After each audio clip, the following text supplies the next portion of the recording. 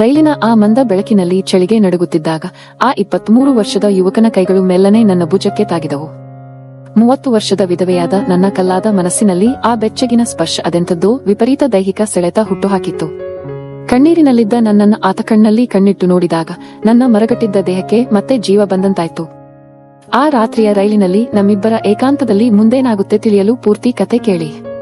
ನನ್ನ ಹೆಸರು ಅಖಿಲ್. ಇಂಜಿನಿಯರಿಂಗ್ ಮುಗಿಸಿ ಫೈನಲ್ ಆಗಿ ಹೈದರಾಬಾದ್ನ ಒಂದು ದೊಡ್ಡ ಐಟಿ ಕಂಪನಿಯಲ್ಲಿ ಹೊಸ ಕೆಲಸ ಸಿಕ್ಕಿತ್ತು. ಅದೇ ಖುಷಿಯಲ್ಲಿ ಬೆಂಗಳೂರಿನಿಂದ ಹೈದರಾಬಾದ್ ಕಡೆಗೆ ಹೋಗುತ್ತಿದ್ದ ಆ ರಾತ್ರಿ ರೈಲನ್ನು ಹತ್ತಿದ್ದೆ. ಕೈಯಲ್ಲಿ ಲಗೇಜ್, ಕಿವಿಯಲ್ಲಿ ಹೆಡ್ಫೋನ್ ಹಾಕಿಕೊಂಡು ಮುಂದಿನ ಐಟಿ ಲೈಫ್ನ ರಂಗೀನ್ ಕನಸುಗಳನ್ನು ಕಾಣುತ್ತಾ ನನ್ನ ಸೀಟ್ ಹುಡುಕಿಕೊಂಡು ಹೋಗಿ ಕೂತೆ. ಆದರೆ ಆ ರಾತ್ರಿಯ ರೈಲು ಪಯಣ ನನ್ನ ಇಡೀ ಜೀವನದ ದೃಷ್ಟಿಕೋನವನ್ನೇ, ನನ್ನ ಮೆಚ್ಯೂರಿಟಿ ಲೆವೆಲ್ ಅನ್ನು ಪೂರ್ತಿಯಾಗಿ ಬುಡಮೇಲು ಮಾಡುತ್ತದೆ ಅಂತ ನನಗಾಗ ಸ್ವಲ್ಪವೂ ಗೊತ್ತಿರಲಿಲ್ಲ. ಟ್ರೈನ್ ಹೊರಡಲು ಇನ್ನೂ 10 ನಿಮಿಷ ಇತ್ತು. ಕರೆಕ್ಟ್ ಆಗಿ ನನ್ನ ಎದುರಿನ ಸೀಟಿನಲ್ಲಿ ಬಂದು ಕೂತಳು ಅವಳು. ಅವಳನ್ನು ನೋಡಿದ ತಕ್ಷಣ ನನ್ನ ಹೆಡ್ಫೋನ್ನಲ್ಲಿದ್ದ ಹಾಡಿನ ಸದ್ದು ನನಗೆ ಕೇಳಿಸದಂತಾಯಿತು. ವಯಸ್ಸು ಸುಮಾರು 30 ಇರಬಹುದು. ಮೈ ಮೇಲೆ ಒಂದು ಬಿಳಿ ಬಣ್ಣದ ಅತ್ಯಂತ ಸಾಧಾರಣವಾದ ಸ್ವಲ್ಪ ಹಳೆಯದಾದ ಸೀರೆ. ಹಣೆಯಲ್ಲಿ ಕುಂಕುಮವಿರಲಿಲ್ಲ, ಕೈಯಲ್ಲಿ ಬಳೆಗಳಿರಲಿಲ್ಲ. ಅವಳ ಮುಖದಲ್ಲಿ ಒಂದು ರೀತಿಯ ಭೀಕರವಾದ ಶೂನ್ಯತೆ, ವಿಪರೀತ ಸೌಮ್ಯತೆ ಮತ್ತು 100 ಕತೆಗಳನ್ನು ಬಚ್ಚಿಟ್ಟುಕೊಂಡಿರುವಂತಹ ಮೌನವಿತ್ತು. ಅವಳು ಯಾರ ಮುಖವನ್ನು ನೋಡದೆ ತನ್ನ ಸೀಟಿನ ಮೂಲೆಯಲ್ಲಿ ಕಿಟಕಿಯ ಕಡೆ ಮುಖ ಮಾಡಿ ಮುದುರಿಕೊಂಡು ಕೂತಿದ್ದಳು. ನಾನು ಎಷ್ಟೋ ಸುಂದರ ಹುಡುಗಿಯರನ್ನು ಕಾಲೇಜಿನಲ್ಲಿ ನೋಡಿದ್ದೆ, ಆದರೆ ಈಕೆಯ ಆ ನೋವಿನಿಂದ ಕೂಡಿದ ಮುಗ್ಧತೆ ನನ್ನಲ್ಲಿ ಒಂದು ವಿಚಿತ್ರವಾದ ಅಯಸ್ಕಾಂತೀಯ ಸೆಳೆತವನ್ನು, ಒಂದು ಹೇಳಲಾಗದ ಆಕರ್ಷಣೆಯನ್ನು ಹುಟ್ಟುಹಾಕಿತ್ತು. ಟ್ರೈನ್ ಬೆಂಗಳೂರು ಬಿಟ್ಟು ಮುಂದೆ ಸಾಗಿದ ಸ್ವಲ್ಪ ಹೊತ್ತಿಗೆ ಹೊರಗಡೆ ದಿಢೀರನೆ ಭಾರೀ ಮಳೆ ಶುರುವಾಯಿತು. ಗಾಳಿಯ ವೇಗಕ್ಕೆ ರೈಲಿನ ತುಕ್ಕು ಹಿಡಿದ ಕಿಟಕಿಯಿಂದ ಮಳೆಯ ಹನಿಗಳು ನೇರವಾಗಿ ಅವಳ ಮುಖಕ್ಕೆ ಮತ್ತು ಭುಜಕ್ಕೆ ಬಡಿಯುತ್ತಿದ್ದವು. ಅವಳು ಆ ಚಳಿಯಲ್ಲಿ ಮಳೆಯ ಹನಿಗೆ ಗಡಗಡ ನಡುಗುತ್ತಿದ್ದಳು. ಆದರೆ ಆ ಹಳೆಯ ಜಾಮಾಗಿದ್ದ ಕಿಟಕಿಯನ್ನು ಮುಚ್ಚಲು ಅವಳ ಕೈಯಲ್ಲಿ ಸ್ವಲ್ಪವೂ ಬಲವಿರಲಿಲ್ಲ. ಅವಳು ಅಸಹಾಯಕತೆಯಿಂದ ಒದ್ದಾಡುತ್ತಿದ್ದಳು. ಆಗ ನಾನು ಒಂದು ಕ್ಷಣವೂ ತಡ ಮಾಡದೆ ತಕ್ಷಣ ಎದ್ದು ಹೋಗಿ ನನ್ನ 2 ಕೈಗಳಿಂದ ಬಲವಾಗಿ ನೂಕಿ ಆ ಕಿಟಕಿಯನ್ನು ಮುಚ್ಚಿದೆ. ನನ್ನ ಕೈ ಅವಳ ಭುಜಕ್ಕೆ ಸ್ವಲ್ಪ ತಾಗಿತ್ತು. ಆ ಆಕಸ್ಮಿಕ ಸ್ಪರ್ಶದಲ್ಲಿ ಅವಳ ದೇಹದ ಚಳಿ ನನ್ನನ್ನು ನಡುಗಿಸಿತ್ತು. ಅವಳು ಬೆಚ್ಚಿಬಿದ್ದು ನನ್ನ ಕಡೆ ನೋಡಿದಳು. ಅವಳ ಕಣ್ಣುಗಳು ಅಳುವಿನಿಂದ ಕೆಂಪಾಗಿದ್ದವು. ಅವಳು ಅತಿ ಸಣ್ಣ ನಡುಗುವ ಧ್ವನಿಯಲ್ಲಿ ನನ್ನ ಮುಖವನ್ನು ಸರಿಯಾಗಿ ನೋಡದೆ ತಲೆ ತಗ್ಗಿಸಿ ಥ್ಯಾಂಕ್ಸ್ ಅಂದಳು. ಆ ಧ್ವನಿ ಕೇಳಿ ನನಗೆ ಅರ್ಥವಾಗಲಿಲ್ಲ. ಆ ಧ್ವನಿಯಲ್ಲಿ ಅದೆಂಥ ಕಾಂತಿಯ ಶಕ್ತಿ ಇತ್ತೋ ಗೊತ್ತಿಲ್ಲ. ನನ್ನ ಎದೆಯಲ್ಲಿ ಏನೋ ಒಂಥರ ಜುಮ್ಮಂತು. ಆ ಒಂದು ಸಣ್ಣ ಮಳೆಯ ರಾತ್ರಿಯ ಕ್ಷಣ, ಆ ಕಣ್ಣೀರಿನ ವಿಧವೆ ಮತ್ತು ನನ್ನ ನಡುವೆ ಒಂದು ಅನಿರ್ವಚನೀಯವಾದ ಪವಿತ್ರವಾದ ಭಾವನಾತ್ಮಕ ಬಂಧದ ಮೊದಲ ಹೆಜ್ಜೆಯಾಗಿತ್ತು. ರಾತ್ರಿ 11 ಗಂಟೆ ಕಳೆದಿತ್ತು. ಟ್ರೈನ್ನ ಒಳಗಿದ್ದ ಲೈಟ್ಗಳೆಲ್ಲ ಆಫ್ ಆಗಿ ಮಂದವಾದ ನೀಲಿ ಬೆಳಕು ಮಾತ್ರ ಉರಿಯುತ್ತಿತ್ತು. ಕಂಪಾರ್ಟ್ಮೆಂಟ್ನಲ್ಲಿದ್ದ ಬಹುತೇಕರು ರಜಾಯಿ ಹೊದ್ದುಕೊಂಡು ನಿದ್ದೆಗೆ ಜಾರಿದ್ದರು. ಟ್ರೈನ್ನ ಚುಕುಬುಕು ಸದ್ದು ಮತ್ತು ಮಳೆಯ ಸದ್ದು ಮಾತ್ರ ಲಯಬದ್ಧವಾಗಿ ಕೇಳಿಸುತ್ತಿತ್ತು. ಆದರೆ ನನ್ನ ಎದುರಿನ ಸೀಟಿನಲ್ಲಿ ಕೂತಿದ್ದ ಅವಳು ಮಾತ್ರ ನಿದ್ದೆ ಮಾಡದೆ ಕಿಟಕಿಯ ಗಾಜಿನ ಮೂಲಕ ಹೊರಗಡೆಯ ಕತ್ತಲನ್ನೇ ನೋಡುತ್ತಾ ಕಂಬನಿ ಸುರಿಸುತ್ತಿದ್ದಳು. ಅವಳ ಕಣ್ಣೀರು ಗಾಜಿನ ಮೇಲಿನ ಮಳೆಹನಿಗಳ ಜೊತೆ ಸೇರಿ ಕೆಳಗೆ ಜಾರುತ್ತಿತ್ತು. ನಿಜ ಹೇಳ್ಬೇಕಂದ್ರೆ ಅವಳ ಆ ಅಮಾಯಕತೆ, ಆ ಮೌನವಾದ ದುಃಖ ನನ್ನ ಮನಸ್ಸನ್ನು ವಿಪರೀತವಾಗಿ ಕಲಕಿತು. ನನ್ನ ವಯಸ್ಸಿನ ಹುಡುಗರು ಈ ಟೈಮ್ನಲ್ಲಿ ಫೋನ್ನಲ್ಲಿ ಚಾಟ್ ಮಾಡ್ತಾ ಇರ್ತಾರೆ, ಆದ್ರೆ ನನಗೆ ಅವಳ ಆ ಕಣ್ಣೀರನ್ನು ಹಾಗೆ ನೋಡಲು ಸಾಧ್ಯವಾಗಲಿಲ್ಲ. ಟ್ರೈನ್ ಒಂದು ಸಣ್ಣ ಸ್ಟೇಷನ್ನಲ್ಲಿ ನಿಂತಾಗ ನಾನು ಮೆಲ್ಲನೆ ಎದ್ದು ಹೋಗಿ ಪ್ಲಾಟ್ಫಾರ್ಮ್ನಿಂದ 2 ಕಪ್ ಬಿಸಿ ಬಿಸಿ ಫಿಲ್ಟರ್ ಕಾಫಿ ತಂದು ಒಂದು ಕಪ್ ಅನ್ನು ಅವಳ ಕೈ ಮುಂದೆ ಹಿಡಿದೆ. ಅವಳು ಗಾಬರಿಯಿಂದ ನನ್ನ ಕಡೆ ನೋಡಿ ಇಲ್ಲ ಬೇಡ ಎಂದು ತಲೆಯಲ್ಲಾಡಿಸಿದಳು. ತಗೊಳ್ಳಿ, ತುಂಬಾ ಚಳಿ ಇದೆ, ಸ್ವಲ್ಪ ರಿಲೀಫ್ ಸಿಗುತ್ತೆ ಎಂದು ನಾನು ಪ್ರೀತಿಯಿಂದ ಒತ್ತಾಯಿಸಿದೆ. ಅವಳು ಸ್ವಲ್ಪ ಹೆದರುತ್ತಲೇ ನಡುಗುವ ಕೈಗಳಿಂದ ಆ ಕಪ್ಪನ್ನು ಇಸ್ಕೊಂಡಳು. ಆ ಕ್ಷಣದಲ್ಲಿ ನಮ್ಮಿಬ್ಬರ ಕಣ್ಣುಗಳು ಭೇಟಿಯಾದವು. ಅವಳ ಆ ದೈನ್ಯವಾದ ಕಣ್ಣುಗಳು ನನ್ನೊಳಗೆ ಒಂದು ಆಳವಾದ ರೊಮ್ಯಾಂಟಿಕ್ ಆಸರೆಯ ಭಾವನೆಯನ್ನು ಹುಟ್ಟುಹಾಕಿದವು. ಅವಳ ಕಣ್ಣಲ್ಲಿನ ಆ ನೋವನ್ನು ಹೇಗಾದರೂ ಮಾಡಿ ಮರೆಸಬೇಕು, ಅವಳ ಮುಖದಲ್ಲಿ ಒಂದು ಸಣ್ಣ ನಗುವನ್ನಾದರೂ ತರಬೇಕು ಅನ್ನಿಸುವಷ್ಟು ಆಕರ್ಷಣೆ ನನ್ನಲ್ಲಿ ಶುರುವಾಗಿತ್ತು.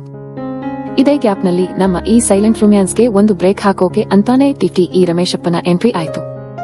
ನಿದ್ದೆಗಣ್ಣಲ್ಲಿ ಬಂದಿದ್ದ ಅವನು ಟಿಕೆಟ್ ಚೆಕ್ ಮಾಡುವ ನೆಪದಲ್ಲಿ ಸಿಕ್ಕಾಪಟ್ಟೆ ಕಾಮಿಡಿ ಮಾಡ್ತಿದ್ದ. ಯಾರ್ರೀ ಅದು? 12ನೇ ನಂಬರ್ ಸೀಟ್, ಹುಬ್ಬಳ್ಳಿ ಟಿಕೆಟ್ ಹಿಡ್ಕೊಂಡು ಹೈದರಾಬಾದ್ ಟ್ರೈನ್ ಹತ್ತಿರೋದು. ಎದ್ದೇಳ್ರಪ್ಪ ಅಂತ ಎಲ್ಲರನ್ನೂ ಎಬ್ಬಿಸಿ ಕನ್ಫ್ಯೂಸ್ ಮಾಡಿ ಇಡೀ ಬೋಗಿಯಲ್ಲಿ ನಗು ತರಿಸಿದ. ಆದರೆ ನನ್ನ ಪಕ್ಕದ ಸೀಟ್ನಲ್ಲಿದ್ದ ಲೋಕಿ ಎಂಬ ನನ್ನದೇ ವಯಸ್ಸಿನ ಹುಡುಗನಿಗೆ ನಿದ್ದೆ ಬರ್ತಿರಲಿಲ್ಲ. ಅವನು ಎದ್ದು ಕೂತು ನಾನು ಅವಳನ್ನೇ ಕದ್ದು ನೋಡೋದನ್ನ, ಕಾಫಿ ಕೊಟ್ಟಿದ್ದನ್ನ ಗಮನಿಸಿದ್ದ. ಅವನು ನನ್ನ ಕಿವಿಯ ಹತ್ತಿರ ಬಂದು, ಏನೋ ಗುರು, ಟ್ರೈನ್ ಹೈದರಾಬಾದ್ ಐಟಿ ಕಂಪನಿಗೆ ಹೋಗ್ತಿದೆಯೋ? ಇಲ್ಲ, ನೀನ್ ಹೊಸ ಲವ್ ಸ್ಟೋರಿ ಸ್ಟೇಷನ್ಗೆ ಹೋಗ್ತಿದೆಯೋ? ಸ್ವಲ್ಪ ನೋಡ್ಕೊಂಡು ಮಗ, ನಿನ್ ಕಣ್ಣು ಟ್ರೈನ್ ಟ್ರ್ಯಾಕ್ ಬಿಟ್ಟು ಬೇರೆ ಟ್ರ್ಯಾಕ್ನಲ್ಲಿ, ಅದು ವಯಸ್ಸಾದ ಆಂಟಿ ಟ್ರ್ಯಾಕ್ನಲ್ಲಿ ಓಡ್ತಾ ಇದೆ. ಹುಷಾರು, ಯಾಮಾರಿದ್ರೆ ಲೈಫ್ ಡ್ಯಾಮೇಜ್ ಆಗುತ್ತೆ ಅಂತ ಡಬಲ್ ಮೀನಿಂಗ್ ಅಲ್ಲಿ ಸಟೈರ್ ಹೊಡೆದ. ಅವನ ಆ ವ್ಯಂಗ್ಯದ ಮಾತುಗಳು ನನಗೆ ಸ್ವಲ್ಪ ಸಿಟ್ಟು ತರಿಸಿದರು. ನನ್ನ ಕಣ್ಣಿಗೆ ಮತ್ತು ಮನಸ್ಸಿಗೆ ಆ ಒಂಟಿ ಜೀವ ಬಿಟ್ರೆ ಬೇರೆ ಏನೂ ಯಾರ ಮಾತುಗಳೂ ಕೇಳಿಸುತ್ತಿರಲಿಲ್ಲ.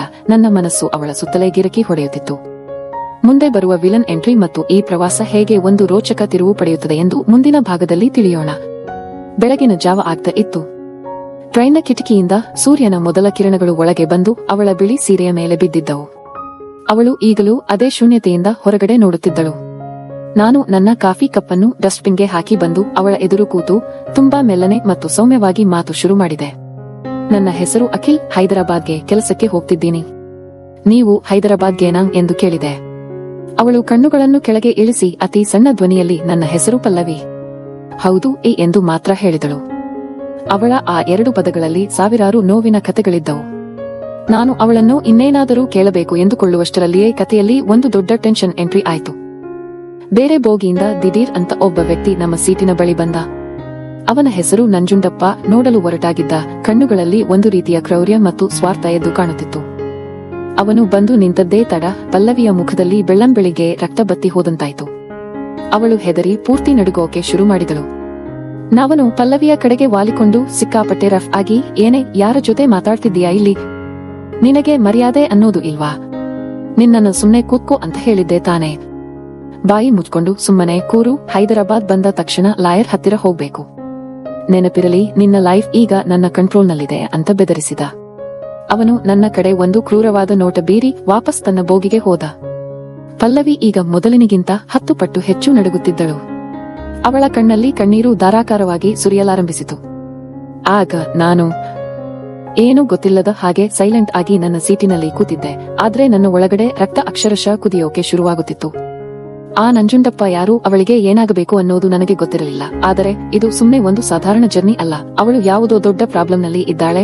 ಆ ವ್ಯಕ್ತಿ ಅವಳನ್ನು ಬಲವಂತವಾಗಿ ಎಲ್ಲೋ ಕರೆದುಕೊಂಡು ಹೋಗ್ತಿದ್ದಾನೆ ಅಂತ ನನಗೆ ಪಕ್ಕಾ ಅರ್ಥ ಆಯ್ತು. ಕೇವಲ 23 ವರ್ಷದ ಲೈಫ್ನಲ್ಲಿ ಯಾವತ್ತೂ ಸೀರಿಯಸ್ ಆಗಿರದ ನನ್ನ ಮನಸ್ಸಿನಲ್ಲಿ ಆ ಒಂಟಿ ಹೆಣ್ಣಿನ ಬಗ್ಗೆ, ಆಕೆಯ ರಕ್ಷಣೆಯ ಬಗ್ಗೆ ಒಂದು ದೊಡ್ಡ ಜವಾಬ್ದಾರಿಯ ಕಿಡಿ ಹೊತ್ತಿಕೊಂಡಿತ್ತು. ನನ್ನ ಒಳಗಿದ್ದ ಆ ಕೇರ್ಫ್ರೀ ಹುಡುಗ ಈಗ ಅವಳ ಪಾಲಿನ ರಕ್ಷಕನಾಗುವ ಹಂಬಲಕ್ಕೆ ಬಿದ್ದಿದ್ದ. ಕಥೆಯ ಭಾವನಾತ್ಮಕ ಉಚ್ಚಸ್ಥಿತಿ ಶುರುವಾಗಿದೆ ಇಲ್ಲಿ. ಬೆಳಿಗ್ಗೆ 8 ಗಂಟೆ ಸಮಯ. ಟ್ರೈನ್ ಹೈದರಾಬಾದ್ಗೆ ಇನ್ನೂ 2 ಗಂಟೆ ದೂರದಲ್ಲಿತ್ತು. ಸಿಗ್ನಲ್ ಸಿಗದೆ ಟ್ರೈನ್ ಒಂದು ಚಿಕ್ಕ ನಿರ್ಜನವಾದ ಸ್ಟೇಷನ್ನಲ್ಲಿ ನಿಂತಿತು. ಅದೇ ಸಮಯಕ್ಕೆ ನಂಜುಂಡಪ್ಪ ಟೀ ಕುಡಿಯೋಕೆ ಅಂತ ಕೆಳಗೆ ಇಳಿದ. ಅವನು ಟ್ರೈನ್ನಿಂದ ಕೆಳಗೆ ಇಳಿದದ್ದೇ ತಡ ಪಲ್ಲವಿ ತನ್ನ ಕಣ್ಣೀರನ್ನು ನಿಯಂತ್ರಿಸಲಾಗದೆ ನನ್ನ ಮುಂದೆ ಬಿಕ್ಕಿ ಬಿಕ್ಕಿ ಅಳುತ್ತಾ ತನ್ನ ಕರಾಳ ಸತ್ಯವನ್ನು ಬಿಚ್ಚಿಟ್ಟಳು. ಅವರು ನಂಜುಂಡಪ್ಪ, ನನ್ನ ಗಂಡನ ಸ್ವಂತ ಅಣ್ಣ. ಹೋದ ತಿಂಗಳು ನನ್ನ ಗಂಡ ಆಕ್ಸಿಡೆಂಟ್ನಲ್ಲಿ ತೀರಿಕೊಂಡರು. ಆ ದುಃಖದಿಂದ ನಾನು ಹೊರಬರುವ ಮುನ್ನವೇ ನನ್ನ ಗಂಡನ ಆಸ್ತಿಗೆಲ್ಲ ನನ್ನ ಕೈಯಿಂದ ಬಲವಂತವಾಗಿ ಸಹಿ ಹಾಕಿಸಿಕೊಳ್ಳೋಕೆ ನನ್ನನ್ನ ಹೀಗೆ ಎಳೆದುಕೊಂಡು ಹೈದರಾಬಾದ್ಗೆ ಕರ್ಕೊಂಡು ಹೋಗ್ತಿದ್ದಾರೆ. ನಾನು ಸಹಿ ಹಾಕಲ್ಲ ಅಂದಿದ್ದಕ್ಕೆ ಊರಲ್ಲಿ ನನಗೆ ಸಿಕ್ಕಾಪಟ್ಟೆ ಟಾರ್ಚರ್ ಕೊಟ್ಟರು. ಹೈದರಾಬಾದ್ನಲ್ಲಿ ಲಾಯರ್ ಹತ್ತಿರ ಸಹಿ ಹಾಕಿಸಿಕೊಂಡ ಮೇಲೆ ನನ್ನನ್ನ ಎಲ್ಲಾದ್ರೂ ಅನಾಥಾಶ್ರಮಕ್ಕೋ ಇಲ್ಲ ನದಿಗೆ ನೂಕಿ ಸಾಯಿಸಿಯೋ ಬಿಡ್ತಾರೆ. ನನಗೆ ತವರು ಮನೆಯವರೂ ಇಲ್ಲ, ಇಲ್ಲಿ ಯಾರೂ ದಿಕ್ಕಿಲ್ಲ, ನನ್ನನ್ನ ಕಾಪಾಡೋರು ಯಾರೂ ಇಲ್ಲ ಅಂತ ಕಣ್ಣೀರಿನ ಮಡುವಿನಲ್ಲಿ ತನ್ನ ಗೋಳನ್ನು ತೋಡಿಕೊಂಡಳು. ಅವಳ ಆ ಅಳು, ಆ ಕಣ್ಣೀರು ಮತ್ತು ಆಕೆಯ ಅಸಹಾಯಕತೆ ನೋಡಿ ನನ್ನ ಕರುಳು ಹಿಂಡಿದಂಗೆ ಆಯ್ತು. ಈ ಸ್ವಾರ್ಥಿ ಸಮಾಜದಲ್ಲಿ ಆಸ್ತಿಗಾಗಿ ಹೆಣ್ಣೊಬ್ಬಳನ್ನು ಈ ಮಟ್ಟಿಗೆ ಕೀಳಾಗಿ ಕಾಣ್ತಾರಾ ಅನ್ನೋ ಸತ್ಯ ನನಗೆ ಶಾಕ್ ಕೊಟ್ಟು ನಾನು ನನ್ನ ಜಾಗದಿಂದ ಎದ್ದು ಅವಳ ಎದುರು ನಿಂತು ಯಾವುದೇ ಅಳುಕಿಲ್ಲದೆ ಅವಳ 2 ನಡುಗುವ ಕೈಗಳನ್ನು ನನ್ನ ಕೈಯಲ್ಲಿ ಗಟ್ಟಿಯಾಗಿ ಹಿಡಿದೆ. ಹೆದರಬೇಡಿ ಪಲ್ಲವಿ, ನಾನಿದ್ದೀನಿ. ಇನ್ಮುಂದೆ ನಿಮಗೆ ಯಾರೂ ಕಣ್ಣೀರು ಹಾಕೋಕೆ ನಾನು ಬಿಡಲ್ಲ. ನಿಮ್ಮ ಕಣ್ಣೀರು ಒರೆಸೋ ಜವಾಬ್ದಾರಿ ನಂದು ಅಂತ ಪ್ರಾಮಿಸ್ ಮಾಡಿದೆ. ನಾನು ಅವಳ ಕೈ ಹಿಡಿದ ಆ ಒಂದು ಭರವಸೆಯ ಸ್ಪರ್ಶ, ಆ ಕಣ್ಣಲ್ಲಿ ಕಣ್ಣಿಟ್ಟು ಹೇಳಿದ ಮಾತುಗಳು ನಮ್ಮಿಬ್ಬರ ನಡುವಿನ ಆ 7 ವರ್ಷಗಳ ವಯಸ್ಸಿನ ಅಂತರವನ್ನೆಲ್ಲ ಮೀರಿ ಒಂದು ದೊಡ್ಡ ರೊಮ್ಯಾಂಟಿಕ್ ಮತ್ತು ಸೈಕಲಾಜಿಕಲ್ ಆಸರೆಯಾಗಿ ಬದಲಾಯಿತು. ಅವಳ ಕಣ್ಣಲ್ಲಿ ಆ ಕ್ಷಣ ಕಂಡದ್ದು ಕೇವಲ ಕೃತಜ್ಞತೆಯಲ್ಲ, ಬದಲಾಗಿ ಒಂದು ಹೊಸ ಭರವಸೆ, ನನ್ನ ಮೇಲಿನ ಅಗಾಧವಾದ ನಂಬಿಕೆ ಮತ್ತು ತನ್ನ ಜೀವಿತಾವಧಿಯಲ್ಲಿ ಇದೇ ಮೊದಲು ಸಿಕ್ಕ ಒಂದು ಪವಿತ್ರವಾದ ಪುರುಷನ ಪ್ರೀತಿ. ಆ ಕಣ್ಣೀರಿನ ನಡುವೆ ನಮ್ಮಿಬ್ಬರ ಆ ನಿಕಟತೆ ಒಂದು ದೈವಿಕವಾದ ಬಂಧವಾಗಿ ಮಾರ್ಪಟ್ಟಿತ್ತು. ಟ್ರೈನ್ ಹೈದರಾಬಾದ್ನ ಹೊರವಲಯಕ್ಕೆ ಬಂದು ತಲುಪಿತ್ತು. ಕಿಟಕಿಯಿಂದ ಕಾಣುತ್ತಿದ್ದ ಸಿಟಿಯ ಆ ಎತ್ತರದ ಕಟ್ಟಡಗಳು, ಟ್ರಾಫಿಕ್ನ ಗದ್ದಲ ನನ್ನನ್ನು ಎಂದಿನಂತೆ ಖುಷಿಪಡಿಸುತ್ತಿರಲಿಲ್ಲ. ನನ್ನ ಪಕ್ಕದಲ್ಲಿ ಕುಳಿತಿದ್ದ ಪಲ್ಲವಿ ಪ್ರತಿ ನಿಮಿಷಕ್ಕೂ ಒಂದು ಯುಗದಂತೆ ನರಳುತ್ತಿದ್ದಳು. ಅವಳ ಕಣ್ಣಲ್ಲಿ ಭೀಕರವಾದ ಭಯವಿತ್ತು. ಟ್ರೈನ್ ಪ್ಲಾಟ್ಫಾರ್ಮ್ಗೆ ಬಂದು ನಿಲ್ಲುತ್ತಿದ್ದಂತೆ ನಂಜುಂಡಪ್ಪ ನಮ್ಮ ಬೋಗಿಗೆ ರಾಕ್ಷಸನಂತೆ ನುಗ್ಗಿ ಬಂದ. ಅವನ ಕಣ್ಣುಗಳಲ್ಲಿ ಆಸ್ತಿಯನ್ನು ಕಬಳಿಸುವ ಹಪಾಹಪಿ ಮತ್ತು ಕ್ರೌರ್ಯ ಎದ್ದು ಕಾಣುತ್ತಿತ್ತು. ಅವನು ಪಲ್ಲವಿಯ ಕೈಯನ್ನು ಅತ್ಯಂತ ಬಲವಾಗಿ, ಕರುಣೆಯಿಲ್ಲದೆ ಹಿಡಿದು ಎಳೆದ. ನಡಿ ಆಚೆ, ಲಾಯರ್ ವೇಟ್ ಮಾಡ್ತಿದ್ದಾರೆ, ಸುಮ್ಮನೆ ಸಹಿ ಹಾಕಿಬಿಡು, ಇಲ್ಲದಿದ್ದರೆ ನಿನ್ನನ್ನ ಈ ಊರಲ್ಲಿ ಯಾರೂ ಹುಡುಕಲು ಸಾಧ್ಯವಿಲ್ಲದ ಜಾಗಕ್ಕೆ ಕಳಿಸಿಬಿಡ್ತೀನಿ ಎಂದು ಹಲ್ಲು ಕಿರಿಯುತ್ತಾ ಬೆದರಿಸಿದ. ಪಲ್ಲವಿ ಅಸಹಾಯಕತೆಯಿಂದ ನನ್ನನ್ನೇ ನೋಡುತ್ತಿದ್ದಳು. ಅವಳ ಕಣ್ಣುಗಳು ನನ್ನನ್ನ ಉಳಿಸು ಎಂದು ಮೂಕವಾಗಿ ಕಿರುಚುತ್ತಿದ್ದವು. ಅಲ್ಲಿ ಸಾವಿರಾರು ಜನ ಪ್ರಯಾಣಿಕರಿದ್ದರು. ಟಿಟಿಇ ರಮೇಶಪ್ಪ ಮತ್ತು ವ್ಯಂಗ್ಯವಾಡುತ್ತಿದ್ದ ಲೋಕಿ ಕೂಡ ಅಲ್ಲೇ ಇದ್ದರು. ಆದರೆ ಒಬ್ಬ ವಿಧವೆಯ ಗೋಳು ಯಾರಿಗೂ ಕೇಳಿಸಲಿಲ್ಲ. ಆ ನಂಜುಂಡಪ್ಪ ಅವಳನ್ನು ಪ್ಲಾಟ್ಫಾರ್ಮ್ ಮೇಲೆ ಬಲವಂತವಾಗಿ ಎಳೆದುಕೊಂಡು ಹೋಗುತ್ತಿದ್ದ. ನನಗಾಗಿ ಕಾದು ನಿಂತಿದ್ದ ನನ್ನ ಫ್ರೆಂಡ್ ಸುಹಾಸ್, ಅಖಿಲ್, ಬೇಡ ಮಗ, ಇದು ಅವರ ಫ್ಯಾಮಿಲಿ ಮ್ಯಾಟರ್, ನಮಗೆ ಯಾಕೆ ಇವರ ಸಹವಾಸ? ನಮ್ಮ ಹೊಸ ಕೆಲಸದ ಮೊದಲ ದಿನವೇ ಪೊಲೀಸ್ ಕೇಸ್, ಅದು ಇದು ಅಂತ ತಲೆ ಮೇಲೆ ಹಾಕಿಕೊಳ್ಳಬೇಡ, ಬಾ ಹೋಗೋಣ ಎಂದು ನನ್ನ ಕೈ ಹಿಡಿದು ಎಳೆಯುತ್ತಿದ್ದ. ಆದರೆ ಆ ಮಳೆಯ ರಾತ್ರಿಯಲ್ಲಿ ಪಲ್ಲವಿಯ ಕಣ್ಣೀರು ಒರೆಸಿ ನಾನು ಮಾಡಿದ್ದ ಪ್ರಾಮಿಸ್ ನನ್ನ ಕಿವಿಯಲ್ಲಿ ಗುಡುಗಿನಂತೆ ಸದ್ದು ಮಾಡ್ತಾ ಇತ್ತು. ಕೇವಲ 23 ವರ್ಷದ ಲೈಫ್ನಲ್ಲಿ ಜವಾಬ್ದಾರಿಯೇ ಇಲ್ಲದ ಆ ಹಳೆಯ ಅಖಿಲ್ ಅಂದು ಅಲ್ಲಿ ಸತ್ತಿದ್ದ. ಅವನ ಜಾಗದಲ್ಲಿ ಪಲ್ಲವಿಯ ರಕ್ಷಕ ಎದ್ದು ನಿಂತಿದ್ದ. ನಾನು ಸುಹಾಸ್ನ ಕೈಕೊಡವಿ ಮಿಂಚಿನ ವೇಗದಲ್ಲಿ ಹೋಗಿ ನಂಜುಂಡಪ್ಪನ ಕಾಲರ್ ಹಿಡಿದು ಅವನನ್ನು ಪೂರ್ತಿಯಾಗಿ ಹಿಂದಕ್ಕೆ ತಳ್ಳಿದೆ. ಪಲ್ಲವಿಯ ಕೈ ಬಿಡಿಸಿ ಅವಳನ್ನು ನನ್ನ ಹಿಂದೆ ನಿಲ್ಲಿಸಿಕೊಂಡೆ. ಇಡೀ ಹೈದರಾಬಾದ್ ಸ್ಟೇಷನ್ನಲ್ಲಿ ನೂರಾರು ಜನರ ಮಧ್ಯೆ ನಾನು ಗರ್ಜಿಸಿದೆ, ಅವಳನ್ನು ಮುಟ್ಟುವ ಮುನ್ನ ನನ್ನನ್ನು ದಾಟಿ ಹೋಗಬೇಕು. ಇವಳು ನಿಮ್ಮ ಜೊತೆ ಬರಲ್ಲ, ಇವಳು ನನ್ನ ಜೊತೆ ಬರ್ತಾಳೆ. ಅವಳ ಮೈಮೇಲೆ ಇನ್ನೊಂದು ಸಲ ಕೈ ಇಟ್ಟರೆ ಈ ಪ್ಲಾಟ್ಫಾರ್ಮ್ ಮೇಲೆ ನಿನ್ನ ಹೆಣ ಬೀಳುತ್ತೆ, ಹುಷಾರ್ ಎಂದು ಇಡೀ ಸ್ಟೇಷನ್ ನಡುಗುವಂತೆ ಆರ್ಭಟಿಸಿದೆ. ನಂಜುಂಡಪ್ಪ ಕಕ್ಕಾಬಿಕ್ಕಿಯಾದ. ಅವನಿಗೆ 23 ವರ್ಷದ ಈ ಹುಡುಗ ಎಷ್ಟೊಂದು ಅಗ್ರೆಸಿವ್ ಆಗಿ ಎದುರು ನಿಲ್ತಾನೆ ಅಂತ ಕನಸಲ್ಲೂ ಅಂದುಕೊಂಡಿರಲಿಲ್ಲ. ನಂಜುಂಡಪ್ಪ ಸುಮ್ಮನೆ ಬಿಡುವವನಲ್ಲ. ಅವನು ಊರಿನ ರೌಡಿಗಳನ್ನೇ ಮೀರಿಸುವಂತೆ ರಂಪಾಟ ಶುರು ಮಾಡಿದ. ನೋಡ್ರಪ್ಪ ಇಲ್ಲಿ, ಈ 18ರ ಹುಡುಗ ನಮ್ಮ ಮನೆ ವಿಧವೆಯನ್ನ ಎಳೆದುಕೊಂಡು ಹೋಗ್ತಿದ್ದಾನೆ. ಇವನಿಗೆ ಇವಳು ಬೇಕಂತೆ. ಆಸ್ತಿಗಾಗಿ ಈ ರೀತಿ ನಾಟಕ ಆಡ್ತಿದ್ದಾರೆ ಎಂದು ಊರು ಕೇಳುವ ಹಾಗೆ ಸುಳ್ಳು ಸುದ್ದಿ ಹಬ್ಬಿಸಲು ನೋಡಿದ. ಜನರು ನಮ್ಮನ್ನು ವಿಚಿತ್ರವಾಗಿ ನೋಡಲು ಶುರು ಮಾಡಿದರು. ಪಲ್ಲವಿ ಮತ್ತೆ ಹೆದರಿ ಕಣ್ಣೀರು ಹಾಕುತ್ತಿದ್ದಳು. ಆದರೆ ಅಖಿಲ್ ಅಂದ್ರೆ ಬರೀ ಮಸಲ್ ಪವರ್ ಮಾತ್ರವಲ್ಲ, ಸ್ಮಾರ್ಟ್ ಪವರ್ ಕೂಡ ಅಂತ ನನಗೆ ಗೊತ್ತಿತ್ತು. ನಾನು ಟ್ರೈನ್ನಲ್ಲೇ ಸುಹಾಸ್ಗೆ ಮೆಸೇಜ್ ಮಾಡಿ ರೈಲ್ವೆ ಪೊಲೀಸರಿಗೆ ಮತ್ತು ಹೈದರಾಬಾದ್ ಲೋಕಲ್ ಪೊಲೀಸರಿಗೆ ಇನ್ಫಾರ್ಮ್ ಮಾಡಿದ್ದೆ. ಸರಿಯಾದ ಸಮಯಕ್ಕೆ ಪೊಲೀಸ್ ಇನ್ಸ್ಪೆಕ್ಟರ್ ಮತ್ತು ಅವರ ತಂಡ ಅಲ್ಲಿಗೆ ಬಂದರು.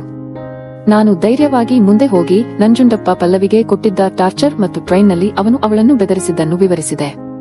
ಪಲ್ಲವಿ ಧೈರ್ಯವಾಗಿ ಪೊಲೀಸರ ಮುಂದೆ ನಿಂತು, ಇವರು ನನ್ನ ಗಂಡನ ಆಸ್ತಿಗಾಗಿ ನನ್ನನ್ನು ಸಾಯಿಸಲು ನೋಡ್ತಿದ್ದಾರೆ, ನನಗೆ ಈ ಅಖಿಲ್ ಮೇಲೆ ನಂಬಿಕೆ ಇದೆ ಎಂದು ಹೇಳಿದಳು. ಪೊಲೀಸರು ನಂಜುಂಡಪ್ಪನನ್ನ ಮತ್ತು ಅವನ ಜೊತೆಗಿದ್ದ ಕುತಂತ್ರಿಗಳನ್ನು ಅರೆಸ್ಟ್ ಮಾಡಿ ಸ್ಟೇಷನ್ಗೆ ಕರೆದುಕೊಂಡು ಹೋದರು. ಸ್ಟೇಷನ್ನಿಂದ ಹೊರಬರುವಾಗ ಪಲ್ಲವಿ ಒಬ್ಬಳೇ ನಿಂತಿದ್ದಳು. ಅವಳ ಮುಂದೆ ಇಡೀ ಪ್ರಪಂಚವೇ ಶೂನ್ಯವಾಗಿತ್ತು. ಹೋಗಲು ಜಾಗವಿಲ್ಲ, ನಂಬಲು ಯಾರೂ ಇಲ್ಲ. ಅವಳು ನನ್ನ ಹತ್ತಿರ ಬಂದು, ತುಂಬಾ ಧನ್ಯವಾದಗಳು ಅಖಿಲ್, ನನ್ನನ್ನ ಉಳಿಸಿದ್ರಿ. ಆದ್ರೆ ಇನ್ಮುಂದೆ ನನ್ನ ಬದುಕು ಏನು? ನಾನೊಬ್ಬಳು ವಿಧವೆ, ಸಮಾಜ ನನ್ನನ್ನ ಯಾವತ್ತೂ ಒಪ್ಪಲ್ಲ ಎಂದು ಬಿಕ್ಕಿ ಬಿಕ್ಕಿ ಅತ್ತಳು. ಅವಳ ಆ ಅಳು ನೋಡಿ ನನ್ನ ಮನಸ್ಸು ಪೂರ್ತಿಯಾಗಿ ಕರಗಿತ್ತು. ನಾನು ಅವಳ ಹತ್ತಿರ ಹೋಗಿ ಇಡೀ ಹೈದರಾಬಾದ್ ಸಿಟಿ ಕಣ್ಣು ಬಿಟ್ಟು ನೋಡುತ್ತಿರುವಾಗಲೇ ಅವಳ ಕಣ್ಣೀರು ಒರೆಸಿ ಅವಳ 2 ಕೈಗಳನ್ನು ನನ್ನ ಕೈಯಲ್ಲಿ ಬಿಗಿಯಾಗಿ ಹಿಡಿದುಕೊಂಡೆ.